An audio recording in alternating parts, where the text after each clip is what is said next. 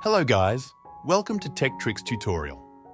In today's video, I will show you how to download Chatgpt on your laptop in 2024.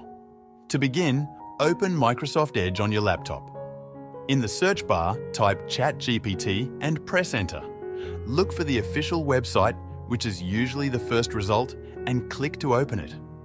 Once you're on the Chatgpt homepage, move your cursor to the top right corner of the browser and click on the 3 horizontal dots. When the menu appears, hover your mouse over the option labeled Apps.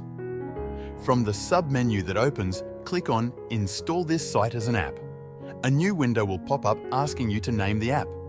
You can enter any name you prefer, such as ChatGPT or AI Assistant. Once you've entered the name, click on the blue Install button. The app will now be installed on your laptop. Now, you'll notice a few things. First, Chatgpt will open in its own window, separate from your browser tabs. Second, an app icon for Chatgpt will appear on your taskbar. To make it easier to access, right-click on this icon and select Pin to Taskbar. That's how you can download and set up Chatgpt on your laptop. Thanks for watching this tutorial.